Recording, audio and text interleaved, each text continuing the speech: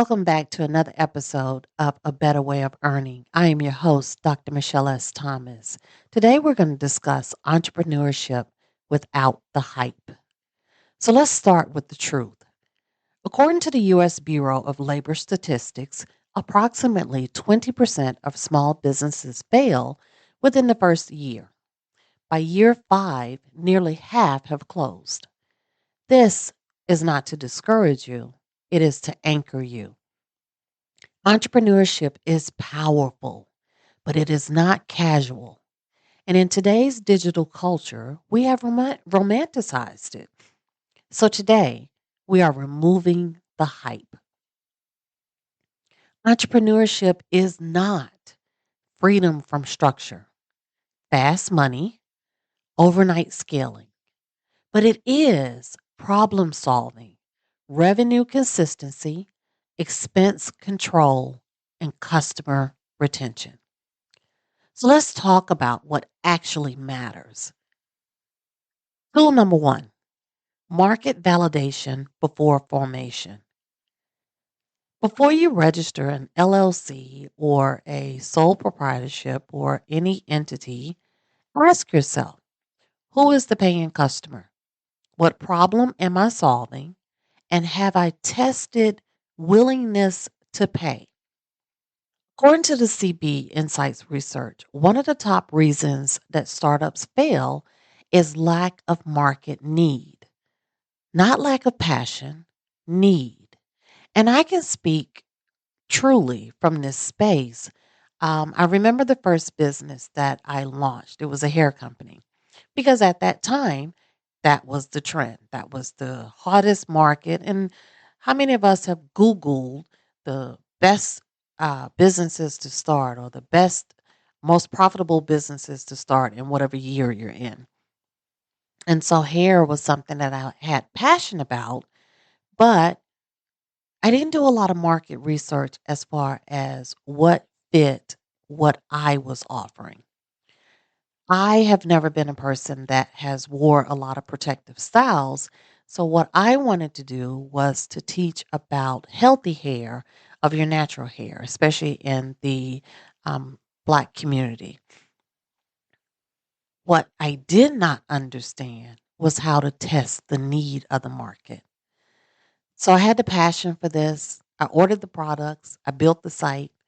I created all my packaging. I set up my order system. I did everything from a business standpoint to structure this for success, but I never tested the market. And during that year or that time frame that I launched, what was actually generating revenue was protective styles. People wanted wigs, they wanted extensions, they wanted clips and then tips and all the things that was out there. Well, because that wasn't something that I wore or I knew a lot about, I never made it a part of my product line. So I'm only telling you this because I want you to understand that some of the best ideas have potential to be profitable, but it also comes down to timing, understanding, and the necessity during that time. So what you need to make sure that even though you have the idea and you have the concept and you have the passion for it and you're ready for it, none of that reflects on who you are as a person or as a business person. But if you do not test your market and validate what you're offering and understand it's the right product for the right time, needs and cycles of customers change weekly, monthly, annually.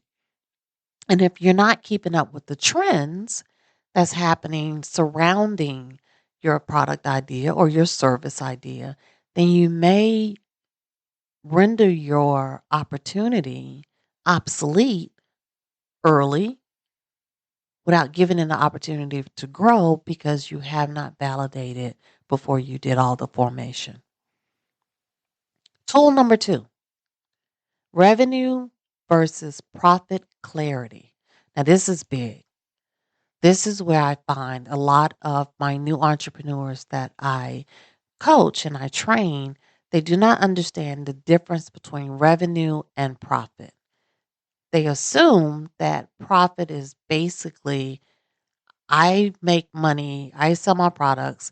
The money that I get in is my profit off of the sales that I made. But profit has is a little bit more complicated than that when it's time to evaluate what your profit margins are.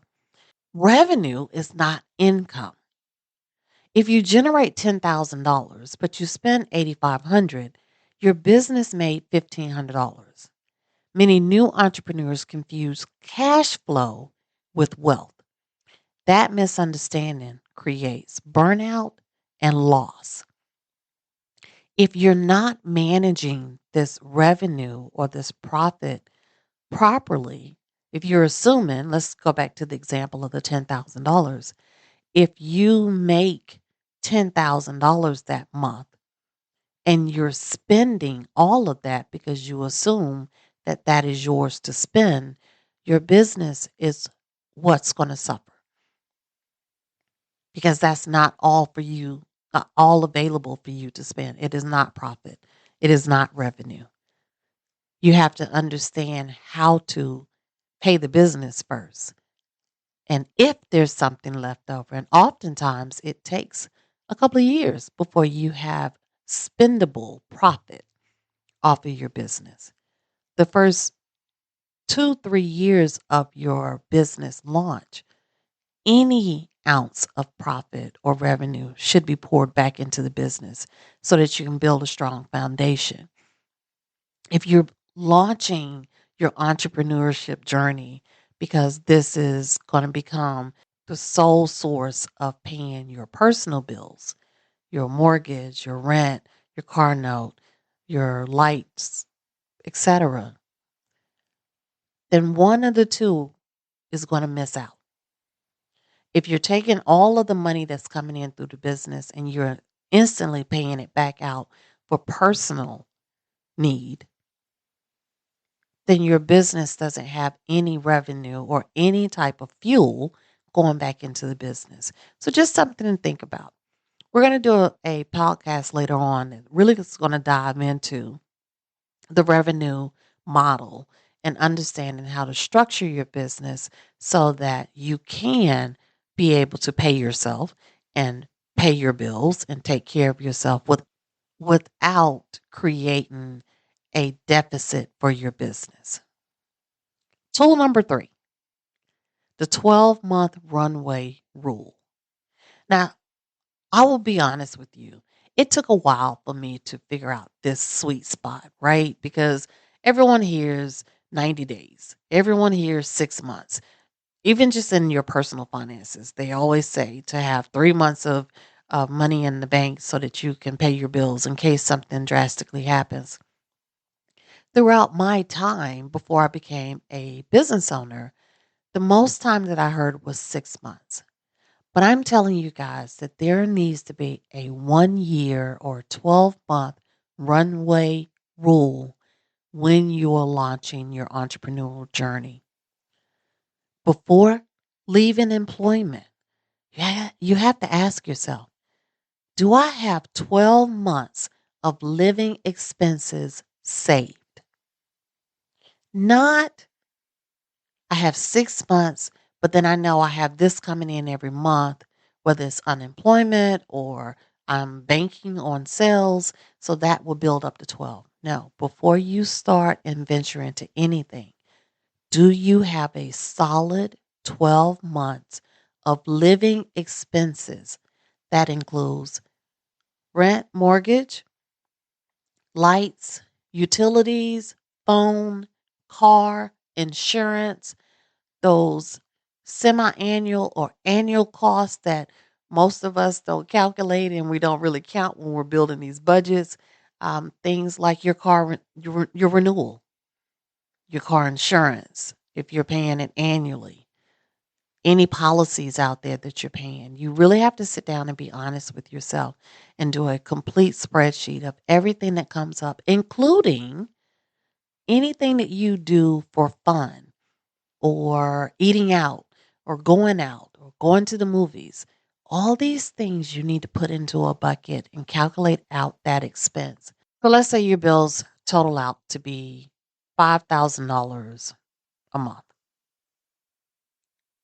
You have to ask yourself, do I have a minimum of $60,000 in the bank waiting, untouched, strictly just for bills?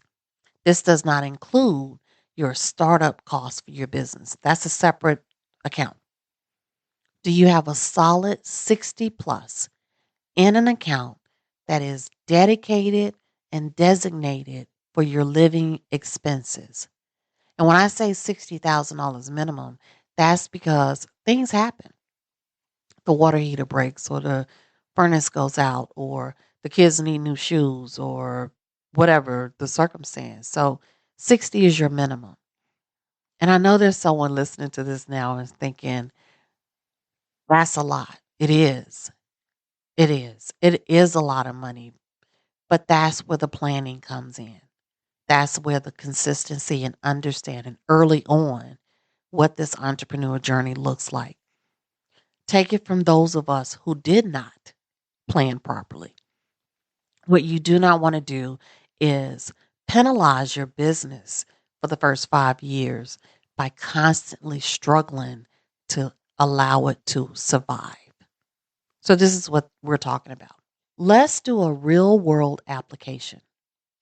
Current data shows record numbers of business applications filed post pandemic. Why? Autonomy, flexibility, discontent with corporate systems. But many of those applications are side ventures. That is the intelligent approach. Entrepreneurship today is often hybrid: employment plus ownership. That's your risk balance. You may often see on social media or hear people advise you to jump all in. If you believe in your product, if you believe in what, or this is the $1 million idea, to quit your job and jump in. And I won't venture into giving you solid advice about that. I would just suggest for you to truly evaluate your own circumstances, isolated from other people's opinion, because this is your business and this is your life. This will become your balance and scale to balance throughout your business's infancy and development. What I will offer as advice is, if your employment is bringing in the steady income that you need to store those savings for your living expenses, maintain that job and work on your entrepreneur journey on a part time basis, so that you can know that when you're ready to get out there and you're ready to go in 10 toes down, that you and your family and your household and your lifestyle is covered. Risk balance. So here's some structural framework that I want you to look at. Ask yourself, is this a lifestyle business or a scalable enterprise? That's very important as your first question. Because if you're launching your business just as a side hustle or a side job, or just to bring some extra money in, that's going to determine how much energy and how much money you invest into it. If this is going to be your legacy, or a business that is going to be scalable into a larger business or enterprise level, that is going to take more preparation, more planning, and a longer runway before you're ready to get out there. Question number 2: do I want income replacement or wealth creation? Those two are different. Income replacement is getting your business to a scale so that it replaces the steady check that you have coming in from your employment. Wealth creation, legacy creation, means that not only are you replacing your job income, you are building a substantial amount of money and wealth for not only your generation, but the generations following you, to be able to benefit off of. Question number 3. What systems will allow this business to function without me at every step? And I want to be clear on this. Oftentimes, we equate the breakdown of businesses, especially on the entrepreneurial level. We break it down and we pocket it only to revenue or lack of money or lack of resources of money. But what I found throughout my research is the major default that happens with a lot of entrepreneurial journeys is the fact that the owner or founder or president or CEO, whatever title you give yourself, you are so inundated within the core of the business that you cannot see what's happening in the future or build towards the growth and expansion of the business. I'll tell you, as a kid, I used to hear my grandparents and a lot of people talk about you can't see the forest from within the trees. Never made sense to me. It was a cute saying. I just didn't understand it. I did not understand it until I became an entrepreneur. And then I recognized what that saying was actually, what was it, what it was referencing to. When I'm sitting in the middle of my business and I'm handling and I'm juggling all the things that's happening with my business, I can't see what's coming down the line. I can't see what risks that are right there in front of the next step of my business or what threats are coming towards the business because I'm immersed in the middle. As a smart owner, you have to build systems that work in tandem so that you can elevate from the center of the business to hover above the business. So now you can protect it, you can grow it, you can predict and project it and guide it into the direction that you know that your business should be in. Systems create sustainability, not hustle. You can work as hard as you want to. Listen to what I'm saying. You can work every day. You can have the passion for this as much as you want. But if you haven't created a system that will navigate and grow and run portions of that business without you being at the center of it or you being the trigger of each one of the systems, then you're going to drown. So let's look at some current news integration. Big topic out here right now is AI. Everyone assumes that if I just plug AI into my business, AI systems is going to run everything and I don't really have to do anything and I'm good. That is not completely true. Because in order for AI to be effective in your business, the AI has to not only understand you, your flow, your desires, but you have to know what AI that you're implementing to make this business functionable. Currently, with AI tools lowering startup costs, barriers to entry are shrinking. Barriers to entry, which means it is making it possible for a lot of people to launch new businesses and new startups. But in the same time, competition is drastically and rapidly increasing. Differentiation matters more now than it's ever been. When we started entrepreneurship, it wasn't called entrepreneurship, it was just local businesses. When we had the local markets and the local businesses, competition was the next like business within your proximity. In this global economy now, and with AI and access to any corner of the world, your business is going to have to find its own uniqueness in a very specific way. If you're launching a vague idea, and when I say vague idea, let's say you decide that, let's go back to my example, you decide that you want to get into the beauty industry. In your mind, I'm just going to offer beauty products. If you haven't niched that down, then you are in competition with hundreds of thousands of other businesses offering beauty products.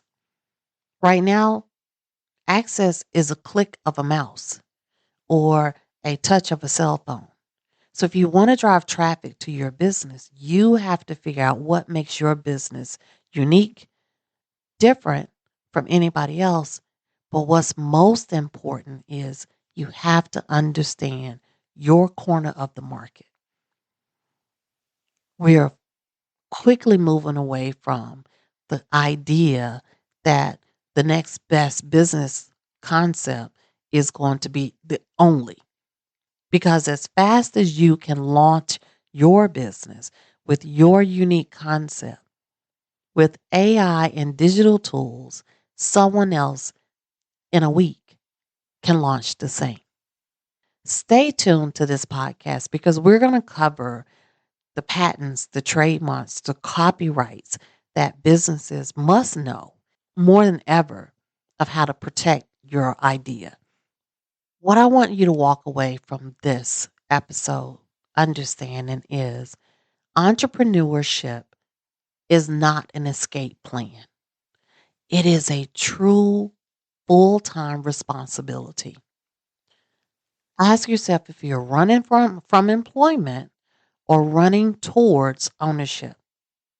Because if you're trying to find something just to replace your job because you don't like it and you don't want to punch the clock anymore, or you don't want anybody, this is the most popular one. I don't want anybody to tell me what to do anymore. I want to be my own boss. I want to be my own owner.